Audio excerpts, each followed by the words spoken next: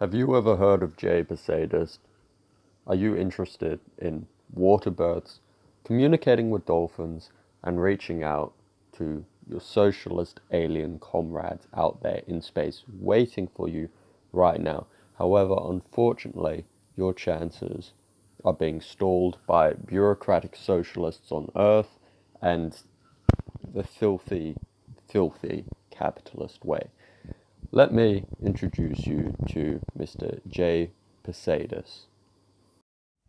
While I am tempted to keep you in as much of a state of confusion as I first was when I heard of J. Posadas, for those suckers of you out there who don't know of him, for your sake, I should probably introduce you to him. So, J. Posadas was an Argentinian communist writer, especially prevalent between the 1950s and 80s, known for his very interesting ideas on communism. What were his interesting ideas? Well, you'll find out later, but let's just say it has to do with nuclear war. Through his writing and groups, Posadas eventually set up his own ideology called, well, Posadism, which I hope to explain to you throughout this video. Anyway, for those of you who do know of Posadas, I know you're just waiting to hear about him, so let's get into it. Also, another quick thing, J. Posadas wasn't the guy's actual real name. His real name was Homero Rómulo Cristalli Frasnelli, which I horribly butchered, so I'm just going to call him Posadas, thank you. Posadas was born January 20th, 1912 to southern Italian immigrant parents in Argentina. Now, while I don't know where he was born, I knew of that he grew up in Buenos Aires.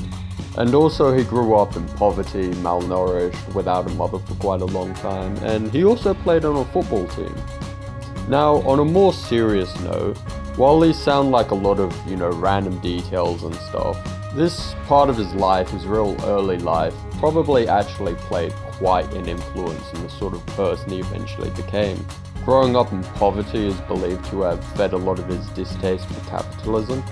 Being malnourished apparently impacted his health quite a lot. He probably also felt quite powerless in life, so that probably fed his thirst for power. And also, even playing on a football team, that kind of shows that he's on side with the people. He knows people, he can get along with people. Now, by the 1930s, he became a shoemaker. And this is where some of his early ideological tendencies start to form. Not the crazy ones, but more of the more grounded ones. And, he starts forming a distaste for capitalism due to the poverty he grew up with, which I mentioned. And he even forms a shoemakers union. And unions are quite associated with communism and socialism. And eventually he even goes into a local Buenos Aires election with a socialist party. So it's pretty obvious by the end of the 1930s that he's a socialist, or maybe even a communist. By the 1940s, J. Posadas' life gets pretty political, which is why I'm going to ask you to hold on for a moment if you don't understand what I say next.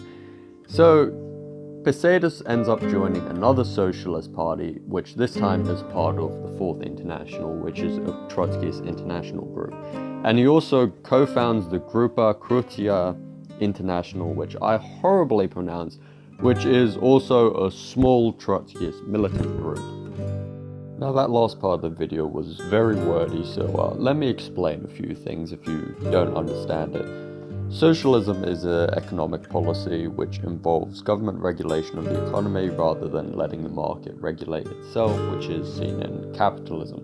Trotskyism is a form of communism which follows the beliefs of Leon Trotsky, who was opposed to Joseph Stalin, and by this point in time, Stalinism is the more popular form of communism used in the communist countries like the USSR and China. The Fourth International was a Trotskyist international group which organized Trotskyist groups around the world. It's a little bit like the UN for Trotskyists, if you will. While I could go into a lot more detail about all these ideologies and where they came from and their ideas, all you really need to know is that J. Posadas has quite an unpopular belief. It is very niche, He's not even a mainstream communist, and communism isn't even the mainstream ideology in the world. But also it means that he's starting to get into groups where people with similar ideas to him can hear his ideas. Now if you're out there thinking, oh, I'm the J. Posadas expert now, I know about his little Trotskyist group, his little sneaky militant group in Argentina, well, I've got news for you. That was nothing. That was just the start of his life. That's the setup, if you will, for the rest of this video. So by the 1950s, this is where things, start to take off. They start to get interesting. In the 1950s, J. Posadas becomes a larger figure in the Fourth International, gaining influence over Latin American working class groups. He starts getting for himself a following, a little fan base. But it was not to be. In 1953, the Fourth International splits apart, it just, splits into all these little splinter groups, and J. Posadas and his followers side with the International Secretariat of the Fourth International, which I'm going to call the ISFI because that's pretty long. However, even that wasn't really going to last, because by 1959, J. Posadas starts splitting with the ISFI over some of his more interesting opinions. Well, I'm going to go into those opinions a lot more later. I'll give you a little taste. He starts saying the ISFI is losing its confidence and it's not pushing enough for revolution. And J. Posadas, he's got ideas on how to start a revolution, which involves, nuclear war and the apocalypse. Fairly normal stuff. Well, I guess this was the 1950s, so it wasn't as strange back then. Also, fun fact, this is where J. Posadas gets his pen name, as he starts writing under the name J. Posadas. And a lot of the things he wrote about, quite strangely, was the Cuban Revolution. And while that sounds strange, is because this is also one of the ideas he started splitting with the ISFI over and many of the other Trotskyists. The Trotskyists at the time, they didn't really know what to do about the Cuban Revolution. They didn't really know what to think about it. Because the Cuban Revolution, it wasn't actually a communist revolution, it was more a nationalist thing. But J. Posadas, he's got his ideas about the Cuban Revolution. He says, we need to support them, we need to help them. And even one of Castro's comrades on the Granma, the ship that went to Cuba, when he started the revolution, was actually a Posadas, so they got quite involved with it. But overall, in the 1950s, you really start to see, the first signs of his interesting beliefs and his following and his ideology start to pop up.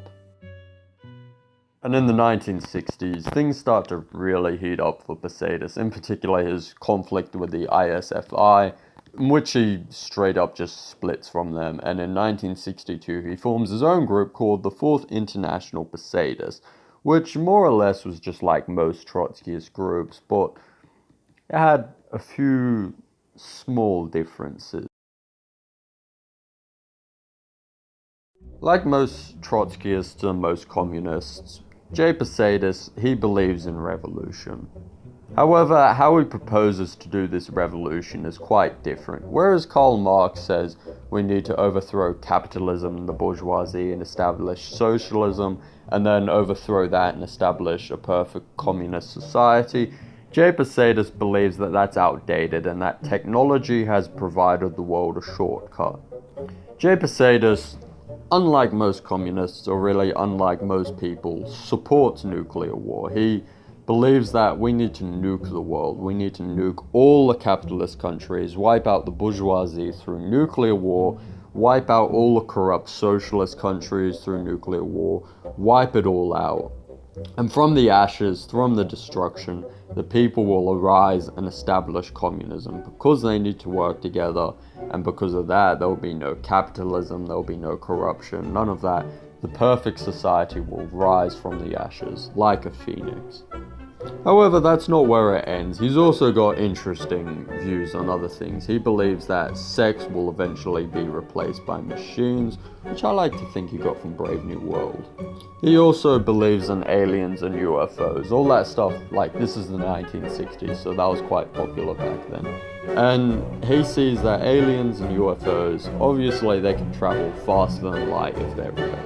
And because of that, they need more advanced science than we have. And because they have more advanced science than we have, they need a more advanced society than we have. So he said that all aliens are socialists, and that our alien socialist comrades were, observing us, but they didn't want to come down because the world was filled with filthy things like capitalism and the USSR and Stalinism. Somewhere along the lines, he also believed that humans had found a way to communicate with dolphins. And also, this is how he proposed to solve Stalinism, simply by just nuking them. Essentially, his entire ideology, or a lot of his ideology, can be summed up in this pamphlet, which has quite a name, called Flying Saucers, the Process of Matter, Energy, Science, and the Revolution of Working Class Struggle and the Socialist Future of Mankind, which he wrote in 1968. By the way, I'm just going to call it Flying Saucers, and I have actually linked it in the description, if you want to read it yourself. Now, really, this sounds all really funny and strange and all of that, but essentially, Posadism and the Fourth International Posadas has become very cult-like by this point. Jay Posadas, he doesn't like people questioning him. He goes on the radio, he goes up on stage, and he starts talking about dolphins, water births, UFOs, sex being abolished, nuclear war, Joseph Stalin, Trotsky, all of that, and people don't question him. He doesn't allow them to speak. And like with a lot of cults, the beliefs can get pretty unique and isolated. As odd as it may sound, you have to remember though that this is the 1960s. There's a lot more of a fear about nuclear war, there's a lot more UFO-ology going on out there, and Posadas probably used a lot of these ideas to get younger, more vulnerable people in his cult. Anyway, back to the history. Like I said, the Posadists had a unique view on Cuba, in that they actually supported the Cuban Revolution. And by 1962, when the Posadas Fourth International splits with the ISFI, the Fourth International Posadas is actually the last Trotskyist group left in Cuba, which it's probably accounted for because they helped the revolution. However, the group starts getting a little weird and starts doing a few uncool things like invading Guantanamo Bay against Fidel Castro's wishes. And by 1966, Fidel Castro straight up just bans the group. Also, here's a little fun story. Jay Posadas always claimed that Fidel Castro had Che Guevara killed, even when it was revealed that Che was actually still alive. However, by the time a photo of Che Guevara was shown where he was killed by a Bolivian militant group, Posadas then claimed that it was actually a fake and that Che Guevara was still alive and in one of Castro's prisons. Now, I'm not sure if I've got the details wrong here because the details are actually quite sparse, or that this is just an example of Jay Posadas swapping what he says and the people just believing him. But overall, you can kind of see how Jay Posadas starts just saying something, he says something strange that makes no sense, and the people don't question. By the 1970s and early 1980s, Posadism essentially just keeps getting more and more refined and more cult-like. More people leave the group and Posadas tolerates less questioning. And eventually Posadas straight up just kicks out anyone who questions him or has any ability to question him really. By the end, pretty much no one knows anything about communism outside of what they've read from Posadas. In 1981, Jay Posadas finally dies at age 79. What he died of, I'm not too certain. I've heard everything from he died in a space station to he didn't actually die and Bernie Sanders is just him in disguise, but the most convincing one seems to be that he died of a heart attack, which is apparently said in the book I Want to Believe, Posadism, UFOs, and Apocalypse Communism, but I haven't read that book, so I can't tell you for certain. After J. Posadas died, the Fourth International Posadas basically just fell apart as it was no longer holding it together. A few groups survived until relatively recently, including in the UK, where there was a group actually publishing a newspaper up until the year 2000.